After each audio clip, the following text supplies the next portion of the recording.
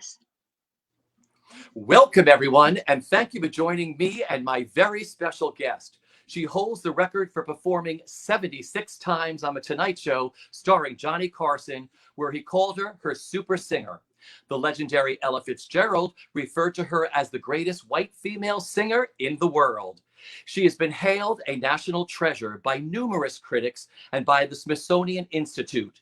She has recorded many beloved albums, and under her RCA contract, 7 albums and 34 singles. On stages across the country, she has stopped the show, starring in such iconic musicals as Hello, Dolly, Mame, and Follies. Throughout her illustrious singing career, she has played just about every major supper club and concert hall around the world. She has just returned from opening the gorgeous new Feinstein's at Hotel Carmichael in Indianapolis. And this coming May 8th at 7 p.m. Eastern Standard Time is the premiere of her birthday concert that was just filmed at Feinstein's 54 Below, called Marilyn Maye, Broadway, The Maye Way, which will be on demand until May 29th. She is 93 years young. Please say hello to my dear friend, the marvelous Marilyn Maye. Richie, I'm so glad to see you. I have missed you. At least I get to see you virtually. I've missed you too. I'm terribly missed everything for quite a while. Well, I was going to ask you, first off, how are you and where are you? Well, I'm now in New York as of last night.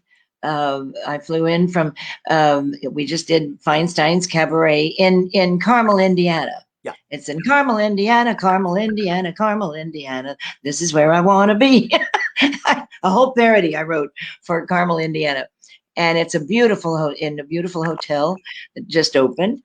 And the club is wonderful. We did Friday and Saturday. We had great audiences, and they loved being there, and they loved the show. And it was these days, it seems like a happening, Richie. Everything is so. They celebrate so much. You know, it's really wonderful. Because it must have been very exciting to go there to Indiana to open this beautiful new room to a packed house. I mean, how exciting was it for you? Well, the house wasn't packed because we can't quite do that, but it was capacity for what was allowed, and it was exciting.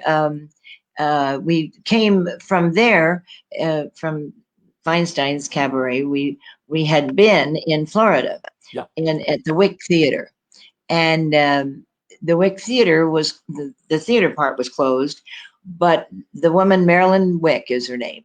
She's Marilyn with 2 N's. And Marilyn turned the whole lobby, which is an enormous lobby, into a nightclub. Yeah. So Billy Stritch had worked it, and Nicholas King and Clint Holmes, and I went in for 4 nights. I think Billy done 3 and Clint did a couple, and we went in for 4 nights, and we were held over for another night because people had called for reservations and couldn't get in. Yep. So I said, well, let's just add another night. And she said, and that's what I was hoping you would say. And so we had a great celebration. As a matter of fact, too, it was my birthday time.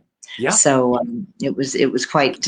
I had Dino came from Philadelphia, and the Clausens came from Dana Point, California, and Jeff came from Philadelphia. Where else? I had a whole contingency from Iowa that came to Florida for our shows. It was just lots of people traveled from various places. Just so glad to get to be in a place where there was live music. Yeah, because you had a whole contingent come to Carmel too, to the new Feinsteins. I saw one of your pictures with a whole group of people behind you that sort of flew into Indiana. We did. Brian Coulter and his beautiful wife came, and darling couple that always comes to Feinstein's 54 Below. They are regulars. Whenever we do a show at Feinstein's 54 Below, they come, and they come from Atlanta, and that surprised me. Such darling people, and very young, gung-ho people that said, when we knew you were going to be appearing in the Midwest, here we are. So that was lovely. You know, when I have a darling friend, and he's a singer too. Yeah. And I do. As a matter of fact, I've set his act. Roger Schmelzer, wonderful, Yeah. and a great young man who always comes to Feinstein's when we're there, from Carmel, Indiana. He has a store. He has a great store called the Addendum, and his name is Shane. And he, of course, brought all of his employees. He brought 14 people on opening night. That's loyalty. See, that's what I mentioned, the word packed. I mean, as packed as these rooms can be, but it's the pictures I've seen of Michael's new room. It's just so beautiful and so elegant. It just must have, and the nice thing about Michael and his clubs is that not only does he bring legends in like you, but he also nurtures the new talent on their way up, which I think is really, really important. Which is very important to all of us, that the banner be carried successfully and with great talent. Yeah, well, we have to congratulate you on your dazzling new concert called Marilyn Maye, Broadway, The Maye Way, that you just filmed at Feinstein's 54 Below as part of their 54 Below premiere series, which debuts on May 8th. How excited were you to do this concert? Well, I was thrilled because there again, I don't mind doing the virtual. I kind of like it. You end and there isn't any applause, but by the same token, we are working, and thank God for that. And it's a wonderful idea that they decided to bring us to. They brought me in from my home in Kansas City to do it, and then we went directly to Florida from here. But it was a joy to be there with Ted Firth, my wonderful pianist, and Tom Hubbard, and Mark McLean, our drummer. They're great musicians. They're fantastic musicians, and I love hearing them, and I love being with them. It must have felt great because you've done television specials and appeared on all these shows when sometimes there isn't an audience. So did it feel, you love this virtual thing, and many people had to adapt to this. Did it feel like you were taping a TV special, this new show that you did at Feinstein's? Maybe, Richie. I don't know. I was just glad to be in the room. I was so glad to be back. And, we had in 2020, we were supposed to be there in April. And then we were supposed to be there in October in 2020. And then again, we were there in April, but only for the virtual. So in 2020, then 21, we were supposed to do my 93rd birthday time there. And of course, it's always a celebration. So this felt like a mini celebration that we were trying to reach people. What can your fans expect with this show at Feinstein's 54 Below, the virtual?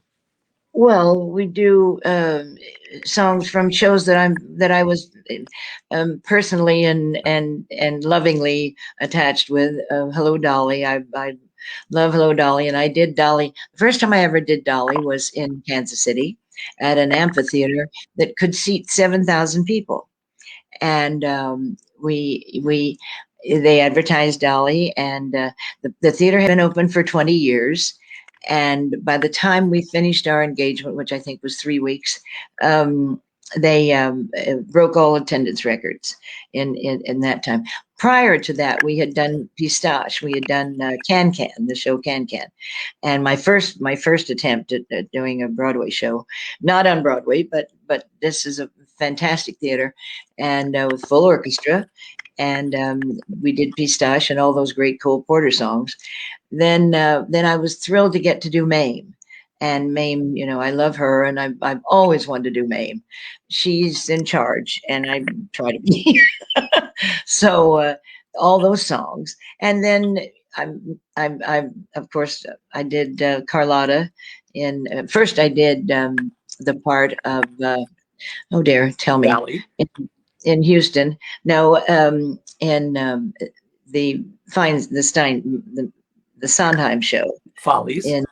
In Follies, and I was Sally. I did Sally, the part of Sally, with Harvey Evans and Juliet Prowse and John Cullum.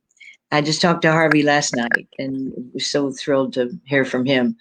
And the part of Sally, of course, that has that show-stopping number, Losing My Mind. which we did not do on the virtual, but we will maybe in October at Feinstein's. If Feinstein's get open, we hope that happens. And but the I'm Still Here. When we got out to San Diego, they said, well, the part of Sally's already been taken. And I said, oh dear, well, I need my equity insurance. So what part do you have left? And I said, okay, Carlotta. And I said, oh, great. I'm Still Here. I'd love that. So that was the part. And then, I was honored to do that song in Carnegie Hall for Sondheim's 80th birthday. And of course, he was there, which was a little intimidating, but he was there, and it was with the New York Pops, with Stephen Wright. Say his name. Stephen Sondheim. Not Stephen Sondheim. Sondheim. The New York Pops. The conductor. Stephen Reinecke. You got it. Thank you, Reinecke. So that was fun, and we were called back for a second bow at Carnegie Hall, which was very thrilling to me, and maybe in my bucket list, and that was nice to do that. And he came backstage, and we were separated. He was standing over here, and I was standing over there, facing each other. Yeah. Before he went on for everybody to celebrate his birthday on stage, and backstage, and he just looked at me and said, "Congratulations." That was it. That was our big conversation. That's Sondheim, short and sweet. Believe me, every star that I've spoken to, they said when they sung his songs, they're like, he gives you a word or something, or gives you, you were wonderful, or congratulations or something. That's what he does. No, I didn't get wonderful. I just got congratulations. Listen, congratulations from Sondheim is pretty great. I was happy. But that must have been incredible. I'm very happy with the material. I love what he does. Of course, he's fantastic, and the whole, go on, your question. No, but I love that though, because I love watching you put your shows together. You've given me the opportunity to watch you rehearse and everything else. It must have been really exciting for you to put this concert together that you filmed at 54 Below. Well, especially since I had a whole year off. Yeah. We did work a little bit in 2020. My first gig in 2020 was in a driveway in Kansas City.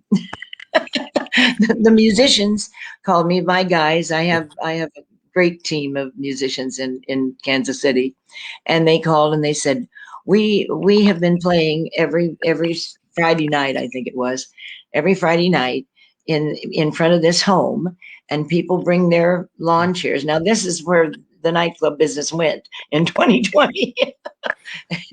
They said, the people are bringing their lawn chairs, and then we pass the kitty, for money. And they said, we'd love for you to come. And I said, well, I'll come. I just want to hear you. I don't think I'll sing. I'll just come and say hi to you. My wonderful musicians there, and Todd Strait and Gerald Spates and Rod Fleeman. They're people that I've worked with for years and years and years. So we get there in a car, and people are coming up to the car saying, "You're going to sing, aren't you?" And I said, No. I came to hear everybody.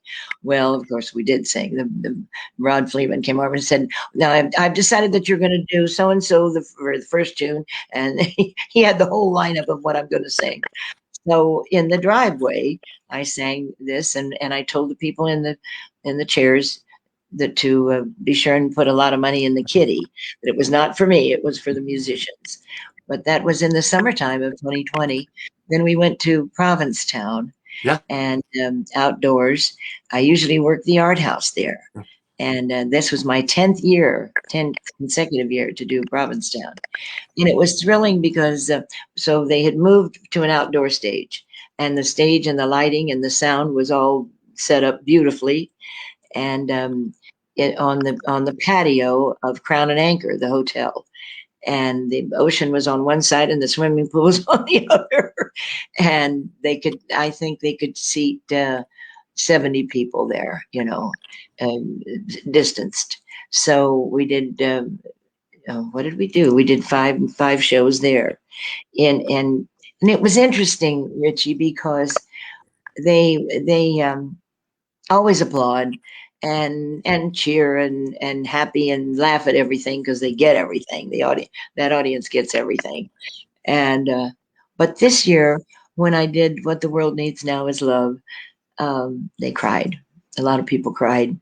They're so thrilled to be there. It chokes me up to talk about it. But that was in the first part of September. Then in October, we went to Minneapolis, Minnesota, and we worked in a tent, in a great big tent. They have two beautiful rooms in a club called Crooners. Yeah. And they had this great big, they have two beautiful rooms in the club. But the way it all is, they have a great big parking lot, and they bought a great big tent. And we did, Billy and I worked there. I don't know, maybe I think we did 4 or 5, we did 5 nights there in October. And that was it in 2020. So you went from the driveway to the pool to the parking lot with the tent. Right. Very prestigious. I love that. And the tent was fun because it was October, and the wind would rattle the walls of the tent and the ceiling. And I did talk about Jerry Herman because I love Jerry, and I was getting ready to go into Hello, Dolly, and I always I said we did his memorial show at the Lunt-Fontanne Theater in last February, and I said, so I dedicate this to Jerry. And I always say when people pass on that they have a better seat. They're up there and they see every show that we do. So I start saying, well, hello, Louis. Well, hello, Harry. And all of a sudden, the ceiling of this oilcloth ceiling of this tent goes blah, blah, blah, blah, blah. and I looked up and I said, oh, Jerry, is that you? And of course it was just the wind, but it was kind of fun. And then I did a high fire act in the tent, and it was a whole new experience. What a fabulous year you had. Like I said, from the driveway to the tent. I love it. That's a chapter for your book. Exactly. Well, I want to go back to the 54 concert. What's very extra special about this May 8th premiere you're doing, it will also include a live chat for fans to interact with each other beforehand and afterwards. And there's the VIP post-show Q&A session with you. That must make you feel wonderful doing this virtually and having all your fans there to interact and doing a Q&A. Well, I'm so glad we can reach them with our music, and still, I kind of feel that it's still a celebration of my birthday, even though we aren't together. But this is the way we can be together physically, and not physically, but this virtual way. And as I say, the musicians are, Ted and Tom and Mark. They're all just incredible. So it's a fun show. Those Broadway shows are honored. Shows that I didn't do, My Fair Lady, but we do I'm Still Here, and some of a lot of the things that Jerry Herman wrote for Mame, and I did Mame. I was so thrilled to do the part of Mame. She runs the world, So I think that's what I was meant to do. I love it. What's really exciting about seeing your shows live is not just the show, but the interaction you have with your audience. It's amazing to watch you. Tell me what your fans and what your audience mean to you, Marilyn. Everything. There's no reason. The reason for my being is that audience. They're the star. I always tell people that, and I mean it. I'm not the star. That audience is the star, and I sing to them, not for them, not someplace up the fourth wall. I just, it's a wonderful avenue that we have when we do cabarets and nightclubs. I always call them nightclubs because that's what they are to me in my generation. But it's that communication that you have. And Richie, it's wonderful because people will say after a show, I'm so glad I came. I didn't feel real good today, or something negative that happened in their life. And they said, I'm leaving here so much happier. And that's my job. That's why I'm here, is for those people that come to see me. Beautiful. You know, the other wonderful thing, one of the positives of this pandemic and doing these virtual concerts is anybody can buy a ticket around the world and watch you all at the same time in the comfort of their own home. And like you said, that's going to make you feel so wonderful that people can do that. That they can watch your concert on demand for 3 weeks anytime they want. It's a fantastic idea. And it's a fantastic thing that they carried forth to do it. And I'm so thrilled they called upon me to be the carrier of their good news, and the fact that they really want that. Actually, Feinstein's 54 Below wants to bring entertainment, if only in their homes. That's beautiful. Well, once again, Marilyn's new concert kicks off on May 8th with the premiere. The ticket for the concert only is $35, and there is that very special VIP ticket, which I know I'm getting for $50. That includes the live post-show Q&A session with Marilyn. Fans can interact beforehand, like you do at a nightclub, getting ready for her to come on. The show will also be on demand for 3 weeks from May 9th through May 29th. Tickets are available at BroadwayWorldEvents.com and, of course, through 54below.com. You know, Marilyn, I want to go back to the beginning. Growing up, Isn't this where did you amazing, love? Richie? What's It's that? amazing. It's amazing that we are going to come into their living rooms and do an entire show. It's really See, this is amazing. what it's about. And people can mingle beforehand. You know, you've made this an event. So if they can't see you live, we can just have that same feeling virtually, which is very, very exciting. Exactly. I Exactly. want to go back to the beginning. Growing up when you were very young, where did your love for singing and music begin? Oh, my mother.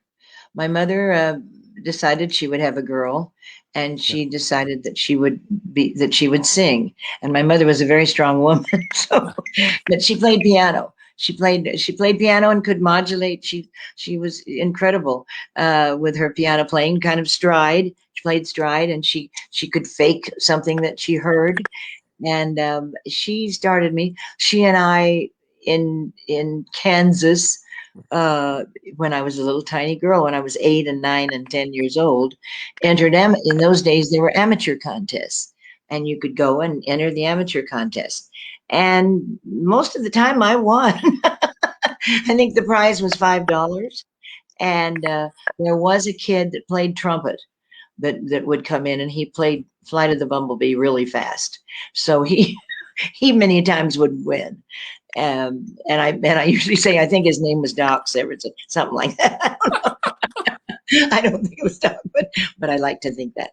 And but she decided that I should sing, and it was a great. I took lessons. I took dancing lessons, and I always tell singers when I talk to them about their careers or what they want to do in life, I always say, take dancing too. You gotta move.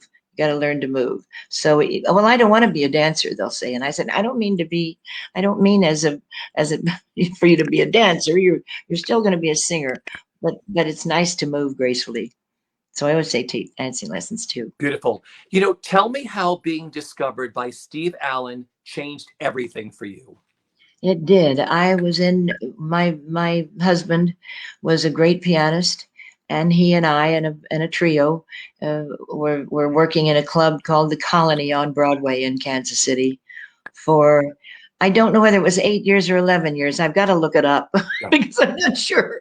I for a long time I said 11 years, then I thought no. So anyway, it doesn't matter.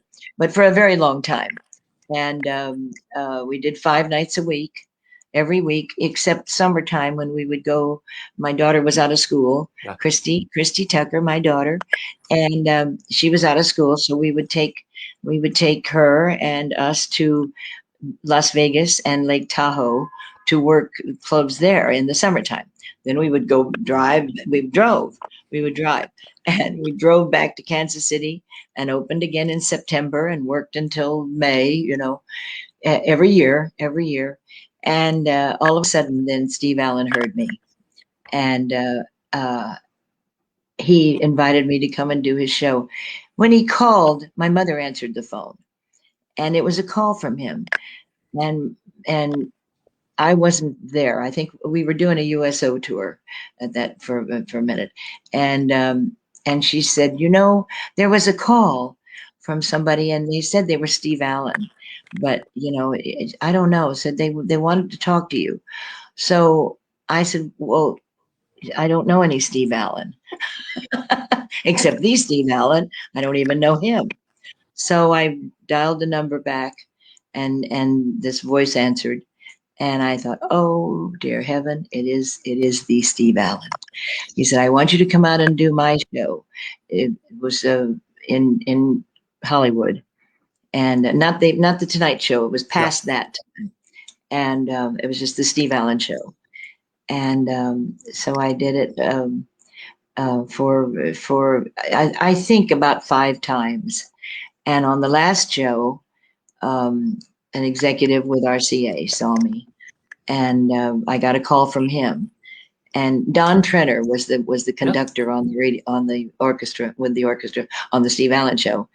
And Don had talked to me about another record label, and he said, you know, we I think maybe we should go, you know, to this. I think I've got a record label that's interested in you. And so now I get this call from RCA. And I said, well, I think Don Trenner's already talking about another label. And he said, well, I want to do it with a full orchestra, and, you know, the whole thing in New York City. And so that was from the Steve Allen show came the RCA, and from the RCA recording came Johnny Carson. So it was just kind of all dovetailed. Okay. I mean, you had 7 albums, 34 singles on RCA. I mean, I have lots of them. Fabulous, fabulous recordings. So it's 76 performances on the Tonight Show, isn't it? It is. Yeah. Okay, good. Because some say 75, some say 76, but no, it's 76. Yeah, it's 76, like the trombones. I love it. Totally. Now I know 76 trombones. Right. You did 76 performances on the Tonight Show, outnumbered any other performer. Please tell me No, John... not any other performer. I think there's comedians that did, but outnumbered all of the singers. Yeah, there are comedians that have done more than that, I think. All right, but there's singers, there's comedians. When I say performers, you know what I mean, those people who sing. I watch you all the time on YouTube.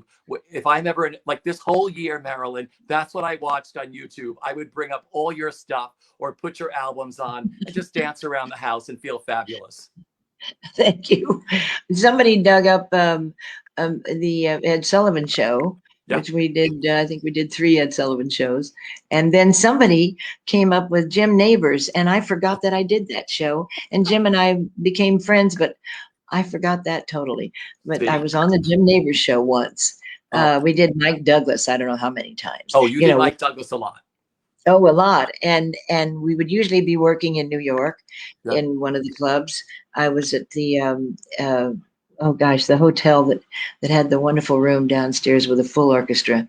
I'll tell you later the name. But they would send a limo for me.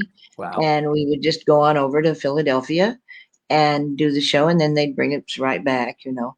And with Mike Douglas, he was a doll. He was wonderful. And there were always wonderful people on the shows with us, you know, in that show. We did it many, many times. Yeah. Then what other show? I can't remember. All those great shows that featured music. Sure. So that, and they're not shows like that anymore.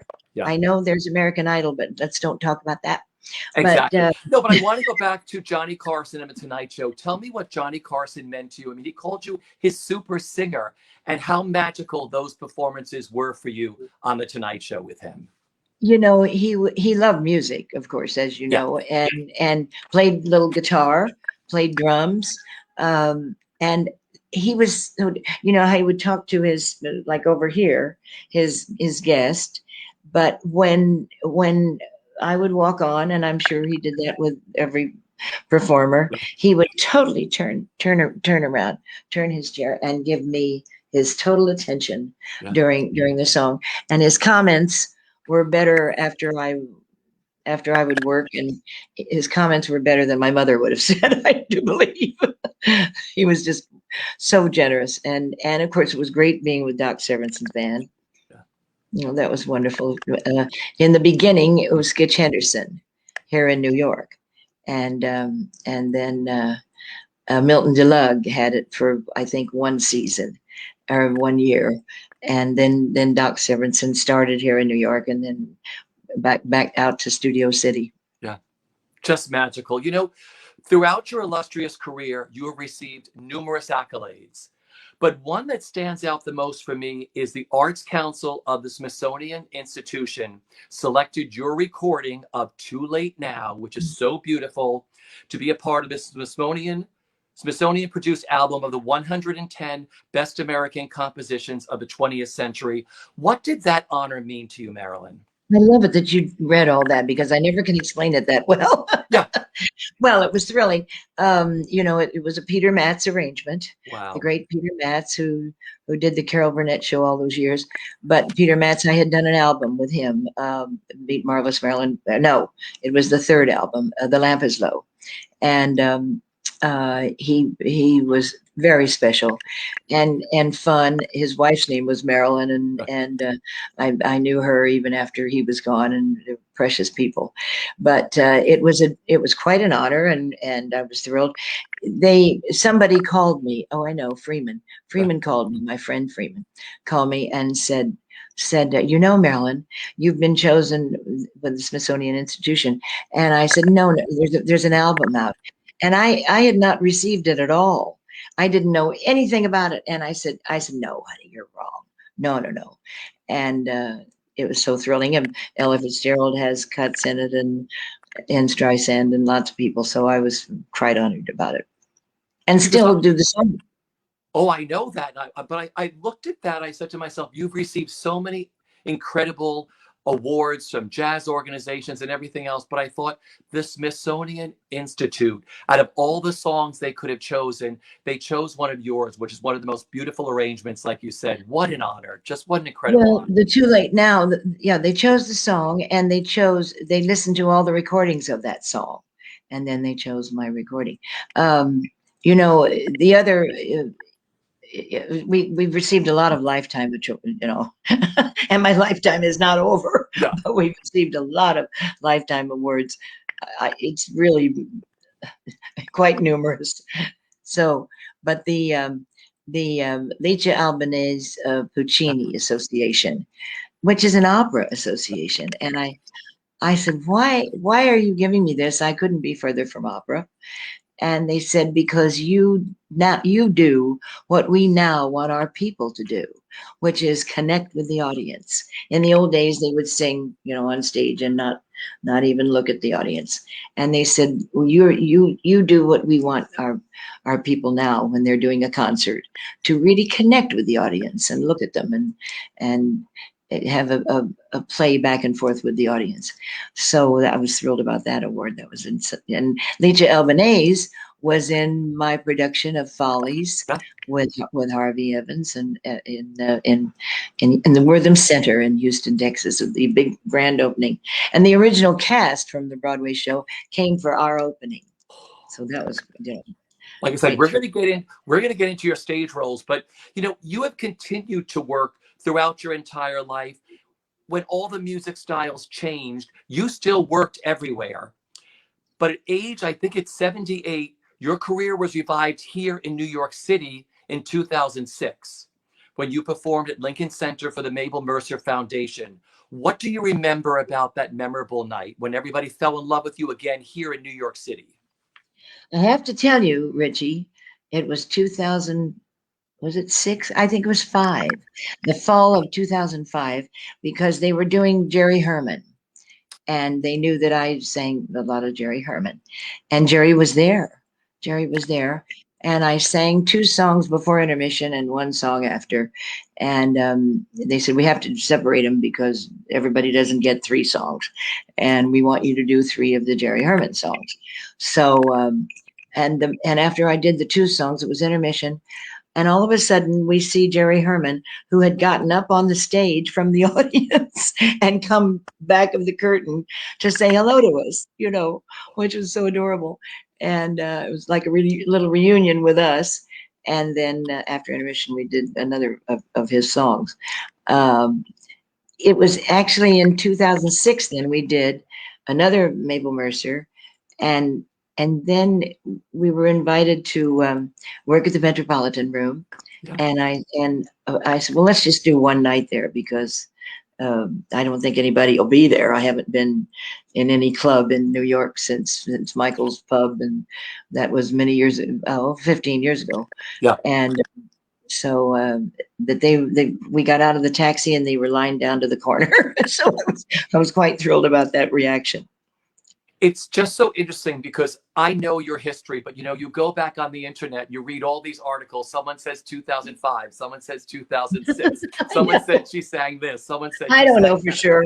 But that was such a resurgence. But you had worked everywhere else except for New York during that time period, right? Yes, thank you for that. Thank you, Richie. Because I had not retired. Yeah. No, that is not in my vocabulary, that word. And I had not retired. And I'd worked in Texas and in the Midwest a lot. There's one club in Kansas City that I worked. Well, and in Houston, Texas, there was a club that I worked every 3 months for a month. Every 3 months, and I'd come back and work that club for 4 weeks. Then we'd go away for 3 months, and we'd come back and work for. I have so many friends in Texas, so mainly that's why. It was a wonderful nightclub. Oh gosh, I'm gonna have to bone up on the name. On Chimney Rock, I know it was on Chimney Rock, and in Houston, we said, well, the limousine, the Rolls Royces, not the limousine, the Rolls Royces were lined around the club. We had wonderful audiences in this little nightclub in Houston that we worked quite often. During that time, I was not retired. Yeah. I didn't come out of retirement. I mean, you cannot stop singing. You have to keep your chops together in order to really keep everything oiled. It has to be like you got to exercise. So you got to exercise your singing too. But like I said, I remember you from that night at the Mabel Mercer Foundation and, of course, at the Metropolitan Room. But it was just so nice to discover you because I think Mark Sendroff told me, he said, wait until you hear Marilyn Maye. And, Preston, my husband, we used to watch, we used to always watch you on the Tonight Show or whatever. But I'm like, she's in New York. And Sendroff was like, yes, she's back here in New York. Mark names all my shows, Sendroff. He named 90 at last. Yeah. And then I said, okay, what's it going to be when I'm 91? It'll be, I wish I were 90 again, which I love that. Then 92 and I'm not through. We didn't get to do that one. Well, like I said, now you have the new one. But, you have also, we started talking about this in the beginning. You've taken on so many iconic stage roles across the country where you stop the show night after night. I'd like to mention a few of them. We started talking about them in the beginning. But you got to do Dolly in Jerry Herman's Hello, Dolly. Favorite memory of playing that role? Like you said, that was a huge theater you played her in, wasn't it? Oh, yes. Well, I love her. We did every summer for 4 summers in a row. And it was interesting because it was in Texas and the humidity was terrible and the velvet gowns were really hot. And so I would just tell the audience, and I know the audience out there was very warm, but I would always say, this is not perspiration. This is exution. I'm exuding. So, but I love doing Dolly and of course all those songs, I finally called Jerry on the 3rd year and I said, there's so many great songs you've written that Dolly doesn't get to sing. So I want to do an album of all those songs. And he said, that's an interesting idea. He said, I'll write the liner notes for it. And I said, great. So we called it Marilyn Maye Sings All of Jerry Herman's Hello, Dolly. Very long title. And we do on the virtual, we do some of those songs, Ribbons Down My Back, that wonderful, beautiful song. And I'm not a soprano, was done as a soprano in the show, but we make it happen in the virtual. And Elegance, Elegance. I love Elegance. And then, of course, Hello, Dolly, and Before the Parade Passes By, all those songs in the virtual. It's a gorgeous album. I just love how performing in one of Jerry's shows led you to do one of your most successful albums. That Dolly album is just Isn't absolutely that incredible. interesting? And then Mame, that's Jerry's show too. So I was thrilled to get to do Mame. I didn't do it as often as I only did it once. Mame is either on stage or changing her clothes. She's never still for a moment. So I was going to ask you, what did you love the most about playing her? Like you said, Mame is in charge, but that's a big role to do too. Like you said, she's either on stage or she's changing, ready to come back She's on again. busy. She's very busy. Just there again, the songs, the great songs. It's Today is really my mantra. I think it's very closely associated with me, and of course we do that on our Feinstein's 54 Below virtual. It's really a theme song for me. Because you've made that song. When you watch you in concert, it's a party, it's a celebration. I mean, Jerry could have written that song for what you do in your show.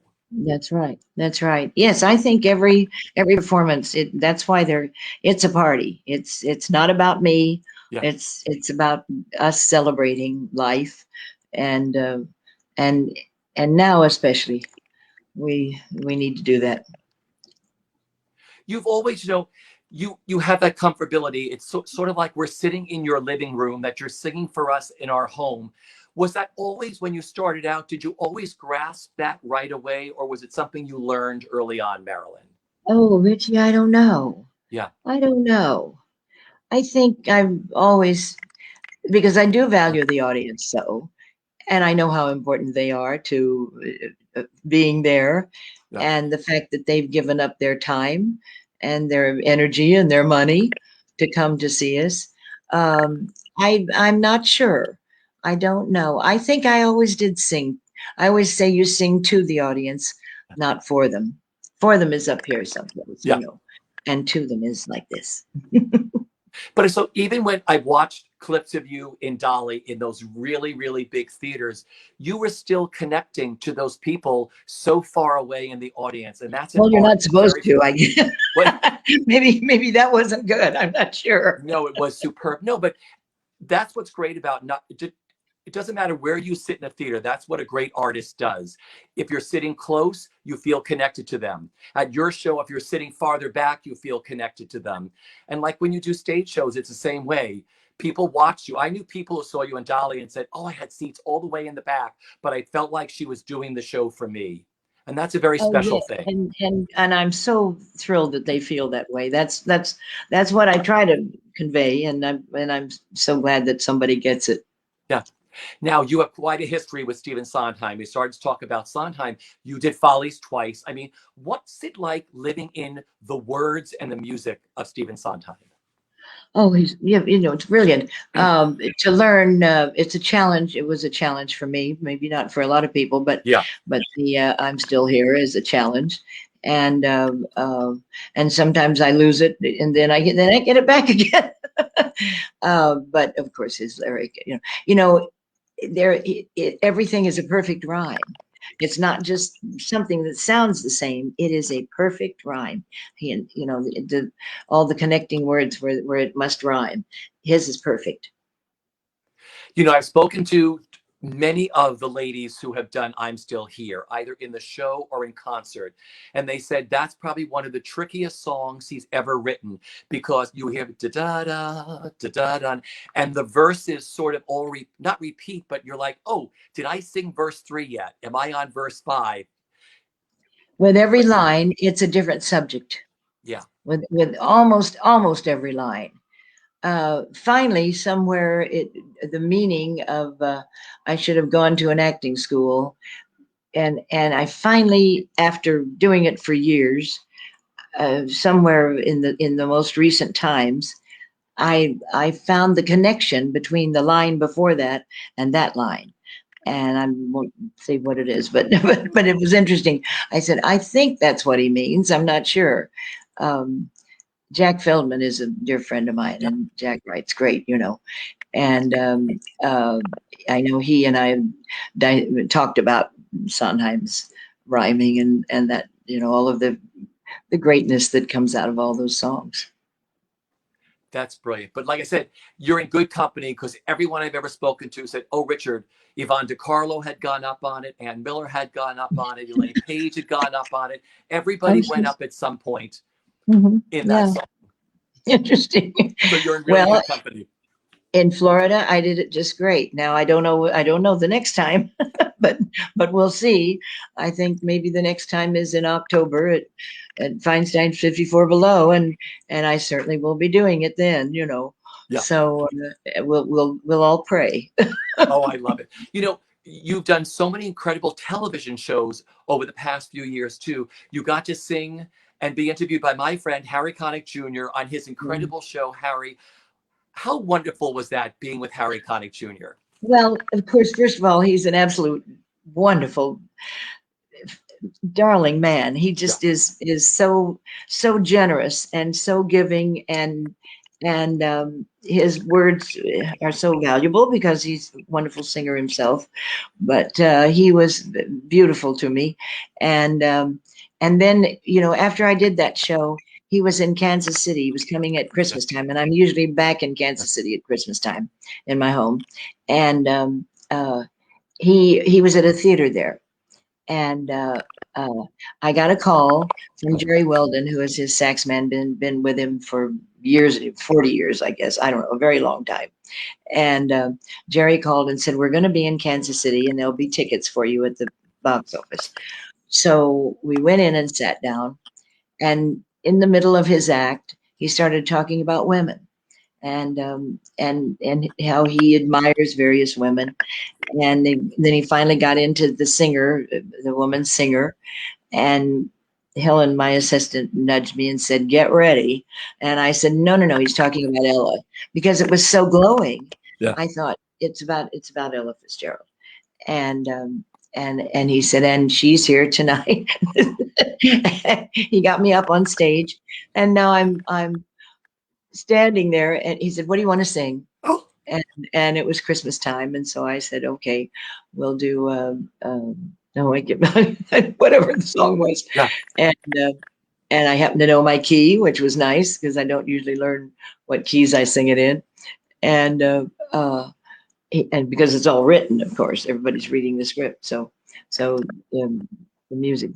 So I said, all right. So I'm standing in the crook of the piano, and it's an enormous piano, just enormous, that he carries. And I said, this is a fabulous piano, isn't it? And I said, where did you, he said, it's mine. And there was a great big enormous truck out there that transported that piano from one place to another. He is such a great entertainer. He too certainly works to the people. So I'm singing, and I realized as I'm in the crook of the piano that I don't think I'm showing him enough. You know, he's the star of the show after all. And I got up and went around, and I thought I would stand behind him as he sits and plays. I thought I would stand over here and face the audience. And as I'm walking around, he scooches, you know, like for me to sit on the bench with him. It was so adorable, so generous, and which that was a joy. And then fast forward about a year or so, maybe 2 years, and he's at the the Broadway show. You should have told me you were going to ask me these questions.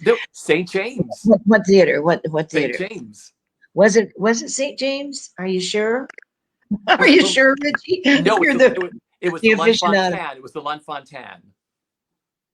Was it?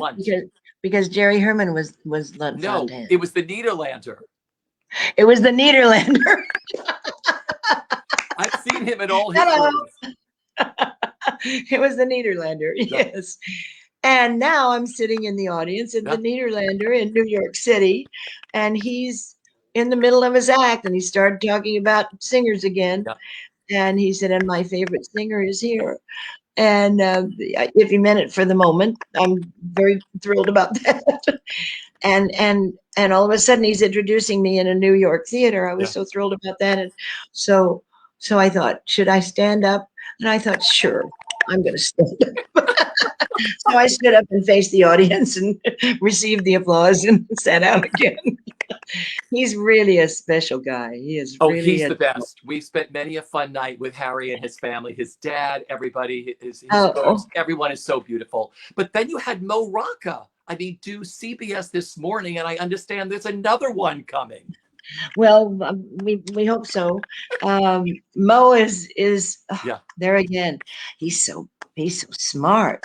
Oh, He's yeah, so yeah. intelligent, and I loved having him in Iowa. He came all the way in Iowa. I don't know, maybe 2 years ago, 3 years Yeah. ago now. We've lost a year, and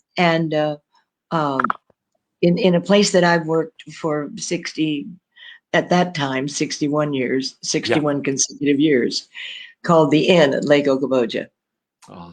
And he walks in to talk about our interview first, and I open the door to my suite, and he comes in and he's wearing a linen jacket.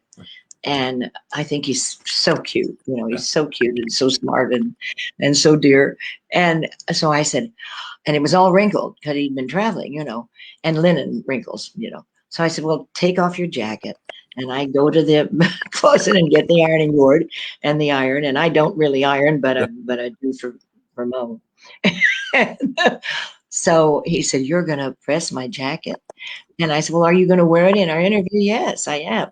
So he says, I've got to get a filming of this. Yeah. So behind me was a mirror, and we got a picture of him holding his camera as I'm ironing his linen jacket. But just he's so dear and so much fun. And he sang with me. He sang, "You're my best Bo and nothing da da da da." And I always call him my best Mo now. So he came to Florida. He came to Florida. So we hope that'll be a segment. They filmed 2 nights of our shows, and we hope that there will be another segment on CBS Sunday morning. We cannot wait. You're 93 years young. What are the wonderful things that you've embraced about maturity that you have made work for you? Because you have stamina and energy and this positiveness. What have you embraced about maturity? Just keep moving. You got to keep moving. You got to keep doing. You do not retire. Whatever you do, whatever you're doing, just keep the mind going, keep the energy going. And even if you didn't work, just stay interested in life. And stamina. You have more stamina than so many people I know. Where does that come from? Your get up and go. Push. I just push. Just, am I getting tired? No, I can't get tired. I guess I've done it for so long, this kind of work on stage and in clubs and funny places. And it's just, I don't even think about it because it's what I have to do. It's what I must do and what I love doing. And thank God people love it that I do it. But positive is a word that you live by. Positive thinking, 24/7, positivity. Oh, absolutely, positivity. Oh, yes. You can't be negative about stuff. It has to be positive thinking. And this is selfish of me to say because I know everybody else had much more disappointing things that happened to them during 2020. But I had so many things booked in 2020. I really more than usual. And I was just telling my kids here that Amanda, who does the sound at Feinstein's 54, and darling KJ, who does the lighting, I was just telling them that I thought that the what am I telling you? I forgot what I was telling you about being positive. About positive. So I'm saying that I think in 2020 I had more bookings than usual. And of course, my line is that I think they thought the old girl was going to kick off, so we better hire her for one show, And of course, when all that was canceled, it was disappointing. I don't say it was devastating, but it was disappointing. It was really, and I understood why, but still, this is kind of what I do. It's the only I can't cook, Richie. You can cook. I can't cook. So I love what that. am I going to do? What am I going to do? Exactly. I mean, pack my bags. I think my bags stood there for months without me unpacking, Yeah. when I got home. So My it was final question for you is, what have you learned about yourself during the pandemic? It's a big question. That's not fair, Richie. I don't know. What have I learned about myself? That I'm very lazy. I can pile up in bed and watch a movie and watch another movie and another movie. But we all And, did that. We all did and that. yeah, and I can eat gummy bears. I love gummy bears, and the sweet kind, the candy Yeah. kind, and and I don't know. I learned that I need to communicate with people more often. I did learn that. And I did start writing more cards and doing, you don't have a lot of time when you're working that much, because the main thing is you're unpacking and packing and trying to figure out what clothes to pack and trying to learn new lyrics, and you're really busy when you're working. But during that I learned that I really needed to talk to people, and so many people communicated with me, and I'm so grateful for that. And the people that know and enjoy us and show their love for me, I'm most appreciative of that. Yeah.